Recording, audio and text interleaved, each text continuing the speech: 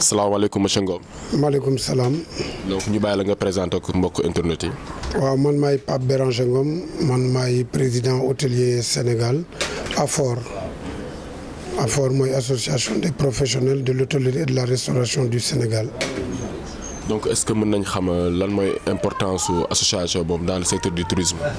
waaw AFOR elle a comme but de promouvoir la profession et la destination Sénégal sur le volet touristique, réorganiser la profession, booster la compétitivité avec ses membres en les formant, ba pare également créer ay rapports de facilitateurs entre employeur bi ak les employés. est-ce que mën nañ xam dans le secteur du tourisme tey jii nii ban jafe-jafe wala ban état d'âme la toll par rapport ak nouvelle politique bi ñu si bëgg a dégager en l'occurrence le chef de l'État qui parle de fast track tey jii comment se comporte le secteur du tourisme en manière générale. Bon, le secteur du tourisme en manière générale ne se comporte pas très bien. Pourquoi? Elle ne se comporte pas non plus trop mal. Il faut que secteur bi ñi nga xam ne dénk nañ leen ko ñu jox ko importance xam ne quand même day jouer un rôle de sentinelle, un rôle essentiel dans l'économie de notre pays.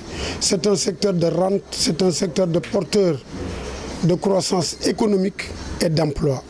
Secteur la boo xamante ne en termes d'emploi li muy générer bari na comme en termes de devises xam nga secteur tey bu demee bañ ne mu ngi générer 430 milliards rien que ci taxes aéroportuaires yi ak nuitées d'hôtel yi mu ngi générer plus de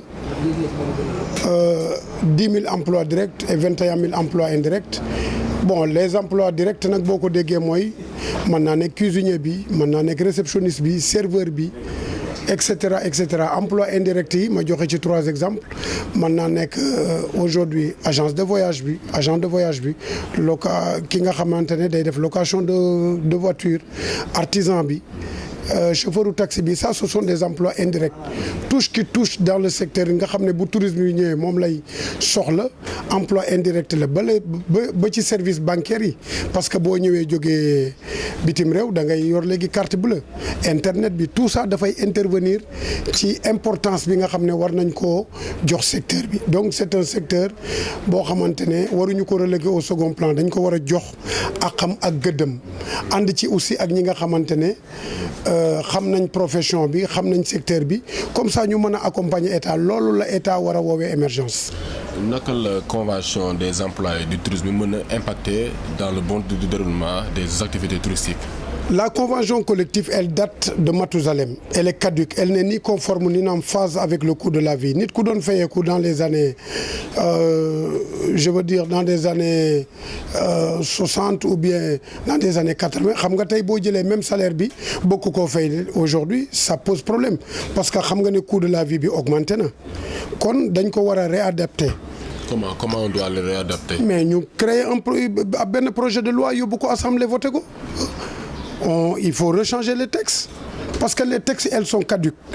Elles sont ni conformes ni en phase avec les réalités actuellement. Donc vous pensez que le nouveau ministre en l'occurrence Aliou Sarr loolu war a nekk premier chantier? Loolu dafa war a nekk loo xamante ne dafa war a nekk ci chantier dafa war a liggéey ci loolu parce que tey boo ñëwee nekk ministre ñu fal la bees boo ñëwee da nga war a innover da nga war a xool li nga xam ne doxul nga nekk ci te comme secteur bi nag ñun on est les créateurs de richesse ñun fi lañ dëkk fi lañ màggee liggéey bi dañ ko jàng ba pare di exercer sunu dëkk. On ne prendra pas les capitaux pour faire ce qu'on appelle le transfert des capitaux parce qu'aujourd'hui boo xoolee 99% des patrons de ces structures hôtelières là ce ne sont pas des Sénégalais, c'est des étrangers. Et pourquoi pas faire en sorte que l'industrie touristique revienne de droit aux nationaux? Vous pensez pouvoir faire ça comment? Ou bien vous pensez que l'État peut faire ça? Mais l'État doit accompagner. L'État doit créer des mécanismes de facilitation pour permettre aux Sénégalais d'investir dans ce secteur-là. Parce que c'est un secteur de rente. ñëpp xam nañ ne secteur la boo xam ne mën na générer lu bari en termes d'emploi comme en termes d'argent. Donc secteur la boo xam ne dañ ko war a jox gëddëm ba pare inciter Sénégalais yi ñu dugg ci mais comment? C'est à l'État de créer les mécanismes pour ça. ñu gis ni aussi bëri na ay hôtel yoo xamante da ngay gis ñu xëy rek nekk une hôtel boo xamante ne dañuy tuddee seen bopp nombre d'étoiles et cetera. Est-ce que yow tey en tant que président association bi mën nga dikkaat si nit ki fan la war a mën a basé wu pour ne hôtel bi 4 étoiles la 3 étoiles wala 5 étoiles. Non, xam nga les étoiles ils sont octroyés par une commission.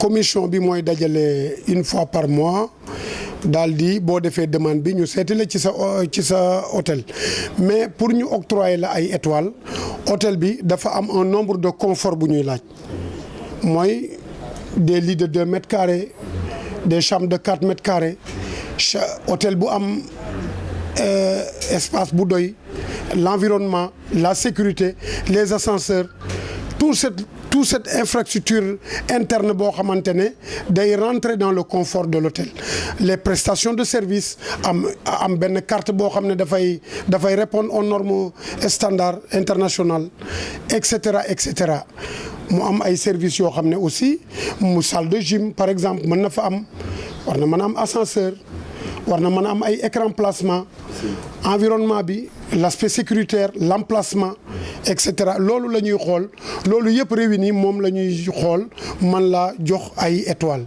mais bu commencer de 1 à 5 au-delà de 5 étoiles on les appelle les palaces. Donc voilà, je pense que... ñu gis beneen aussi instabilité bi am ci secteur du tourisme parce que si 5 ans yi passé Macky Sall si 7 ans yi passé Macky Sall plus de 3 ministres ji jiite nañ secteur bi est-ce que loolu nekkul benn impact chaque fois ñuy changer ministre bi est-ce que tey liggéey bi nekkaat un éternel recommencement. Bon xam nga les ministres qui viennent xam nga ministre boo xamante ne jàngoo tourisme xamuloo tourisme boo ñëwee tu te suffis à toi-même. loolu mooy poser beaucoup de problèmes wala ñu jox la ay résultats nga dem taxaw devant le chef de l'État naan bu ñu defee nii bu ñu au lieu que ki la jox résultat bi nga ne ko kaa ñu ànd dem ci président ñu waxtaan yow nga apporter ay solutions à l'immédiat il y a des solutions à court terme comme il y a des solutions à long terme li nga xamante ne c'est dans l'immédiat on essaye de le résoudre est-ce que tu comprends mais boo ñëwee pour liggéey. yow ubbeekuloo woowoo acteurs yi mais nit ñi aussi duñ ñëw ci yow donc ministre bu ñu fi changé moom moo ko bëgg par exemple l'actuel ministre actuel bi mu ñëwee il a fait appel à nous man woo na ma bi ma wooyee je suis parti là-bas avec mon bureau mais bi ñu demee on a discuté de beaucoup de problèmes dans le secteur te moom je pense que il a compris que en face de lui il y avait des professionnels et je crois qu'il a bien apprécié le fait qu'il a fait appel à nous donc je pense que sur toutes les questions techniques yi ñu posées on a été répondant. beneen bi mooy comment pensez-vous les solutions qu'on doit mettre sur place pour assainir d'une manière générale et définitive le secteur du tourisme et vendre aussi en l'occurrence la destination sénégalaise. On va parler d'abord de l'assainissement du secteur du tourisme. Le secteur du tourisme aujourd'hui dans le Sénégal nous avons 740 réceptifs hôteliers. Nous avons une potentialité énorme à exploiter mais au-delà de ça il y a une concurrence déloyale qui est là qui est avérée am na sax ñoo xam ne dañuy xam nga aujourd'hui nous avons 4 typologies d'hôtels il y a appart-hôtel il y a hôtel il y a auberge et il y a campement li ci des yëpp ça ne rentre pas dans la nomenclature touristique sénégalaise pourtant tey da ngay gis tey ñu am ay chambres meublées dem tey ci télé bi fay ay publicité ñu koy wone te pourtant l'agence de la régulation xam na ne lii ñuy wone tey ci télé bi du yoon wala nga romb fenn rek ñu gis ci appartement meublé et ça c'est pas normal c'est une concurrence déloyale léegi nag loolu du mën a encourager ñi nga xam ne ils répondent aux normes li yoon laaj ñu ngi ci jóguñu ci benn yoon ñooñu waroo leen a mën a xatal bundu xatal leen par rapport à ñi nga xam ne ils répondent pas aux normes ñooñu ñu ngi am ay employés yoo xamante ne déclaré wuñ leen amuñu caisse de sécurité sociale Ils n'ont rien, amuñu IPRES, amuñu caisse de sécurité, ils n'ont même pas d'IPM. Ça, c'est pas des gens qui répondent ñooñu baaxuñu sax dans la société. Tey nag wax naa le ministre nee naa ko tu ne peux pas assainir le secteur du tourisme sans associer les délégués de quartier. xam nga lu tax parce que délégué de quartier bi moom moo xam quartier boobu fa nekk te mooy autorité quartier bi moo mën a dem ci kër yi nga xam ne dañ fay louer journalièrement ay nit ñuy dugg ak génn mais l'État n'a ni les moyens matériels ni les moyens techniques de faire ça. Il faut associer les délégués de quartier. Est-ce que tu comprends? Faire des visites périodiques di waxtaan ak délégués de quartier yi associer leen. Est-ce que tu comprends? Loolu dafa am solo. Voilà. Donc c'est ça. Nous sommes à terme de notre émission ñu ngi lay bàyyil nga tàggatoo ak sa mbokk internet yi mais aussi lancer un message pour voir comment faire pour régler définitivement le problème du tourisme. Non, je pense que tollaguñu foofu parce que il faut parler aussi de comment promouvoir le secteur. Vas-y, allez-y. Ah oui, il faut ñu promouvoir le secteur en ouvrant les marchés émetteurs, sachant que l'Allemagne c'est la première destination dans le marché touristique dans le monde entier. C'est la première destination l'Allemagne. La deuxième destination, c'est l'Angleterre. Et la troisième destination, c'est la France. Alors, ce que je propose à l'État, c'est de rouvrir les bureaux de promotion touristique sur les marchés émetteurs. Allemagne, amuñu fa bureau de promotion touristique. Le dernier salon qu'on a fait, c'est la Gambie qui a hébergé les Sénégalais sur le salon qu'on a fait en Allemagne. Vous pensez que ça c'est sérieux? La Gambie. L'Angleterre, nga xamante ne les Anglais c'est des grands voyageurs ñoom ñu ngi voyager fu nekk fu ñuy dem en Gambie. Pourquoi mënuñu ubbiwaat ay bureaux de promotion touristique sur ces marchés-là? Effectivement. L'Allemagne, boo gisee avant, on recevait plus de 5000 touristes allemands par an avec le club Ardiana. Il faut réhabiliter ce club Ardiana-là. Est-ce que tu comprends? On a beaucoup de merveilles à visiter au Sénégal. Mais tout ça, ça reste à désirer. Maintenant, notre destination aussi, ce qui pose un problème, c'est que la destination Sénégal, elle est chère. Tey boo xoolee tey sunu mbokku yi nekk bitim réew mooy sunu moodu yi les immigrés mais ñu ci bëri bëggatu ñoo ñëw parce que d'abord le billet d'avion est cher bu ñu ñëwee fii xam nga lan la ñu ngi xalaat nijaay ja tante ba yaay ja laaj leen ay xaalis te pourtant ñoom c'est des gens fatigués là-bas. Ils sont très fatigués. Rien que le billet d'avion coûte énormément cher comparé au Maroc. Tey billet d'avion bi tey boo ko jëndoon tey Maroc di nga ko jëndee le xaaj bi dem vacances yi avec le prix coûtant du billet ici au Sénégal. Est-ce que vous trouvez que ça c'est sérieux? Bu ñuy def noonu du ñu mën a développer le tourisme xoolal depuis Matousalem ñu ngi naan on va atteindre un taux de 3 millions de touristes par an mais avec ce rythme-là mais on l'atteindra pas. Mais avec le nouveau aéroport. D'abord, le nouveau aéroport, il répond aux normes standards, aux normes internationales. Il est très beau, il est très bien. Les infrastructures répondent. Mais regarde, la destination.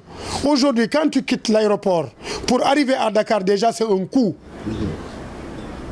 En termes de coût, ça coûte cher. Parce que tey boo fayee plus de 25 000 francs taxi ou 30 000 francs taxi indi la ba fii ça ay mënu leen ma wax ne c'est pas cher. C'est cher. Le coût de la vie au Sénégal, c'est cher. Les billets d'avion sont chers.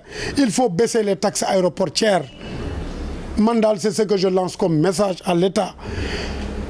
De s'entourer des professionnels, trouver les problèmes à l'immédiat, faire en sorte que ce secteur-là rebondisse dans les meilleurs délais pour la bonne marche en tout cas de notre pays. Parce que notre pays, le secteur du tourisme a sa place. C'est le deuxième pourvoyeur de devises et d'emplois. Kon loolu du yëfi caaxaan. C'est un secteur aujourd'hui qui est essentiel dans notre économie. Donc je pense que le président quand même, avec sa nouvelle politique de développement, je crois que il a quand même donné au secteur du tourisme une place essentielle. Maintenant, il faut que ces ministres puissent suivre. Ministres yi nag li ñuy def mooy dañuy ñëw recevoir la wax ak yow 2 mots bu subaa ils te mettent dans les oubliettes. Man ku ma def loolu ou ku liggéey ak ñun ci loolu, on sortira et nous allons dénoncer. Maintenant, nous avons une agence qui s'appelle l'ASP, l'agence nationale de la promotion touristique sénégalaise. Quel est son rôle ici? Il ne fout rien, cette agence-là. ça devrait être une agence qu'on doit fermer wala boog agence boobu ñu wax ñu quel est son bilan annuel lan lañ fi def l'agence n'a rien foutu ici lu dul taxaw naan way Macky Sall il est beau def nañ fi li santuñu ko loolu Macky Sall s'il n'était pas un travailleur si les Sénégalais avaient vu autre chose sur Macky Sall duñ ko votel xam nga lu ñu lañ bëgg ki ñu dénk agence bi avec ses techniciens ñu liggéey ci secteur bi ba secteur bi meññ loolu lañ leen sant buñ ko mënul nag ñu teg lenge yi mais boo waxee ñu ne quota diw la wala quota diw la et puis le gars qu'on a mis là-bas je suis désolé de le dire mais il ne fout rien dans cette agence-là je suis désolé de le dire man nous sommes pas contents ñun nous sommes des acteurs ñun nous sommes force de proposition ñun li ñuy wax état daf ko war a déglu parce que nous sommes force de proposition. Donc partant de là, nous voulons que les gens qu'on a confiés, notre ministère et le ministre aussi, avec les gens avec qui il travaille, qui sont quand même ses collaborateurs directs, qui sont tous ces directions-là, muy la SAPCO, la SPT, etc., etc. Ces gens-là, génn dans les au niveau des médias, wax ñu liñ leen dénk lan la, parce que Sénégalais yi xamuñu sax liñ leen dénk lan la. Et ça c'est important. Il faut qu'ils rendent compte.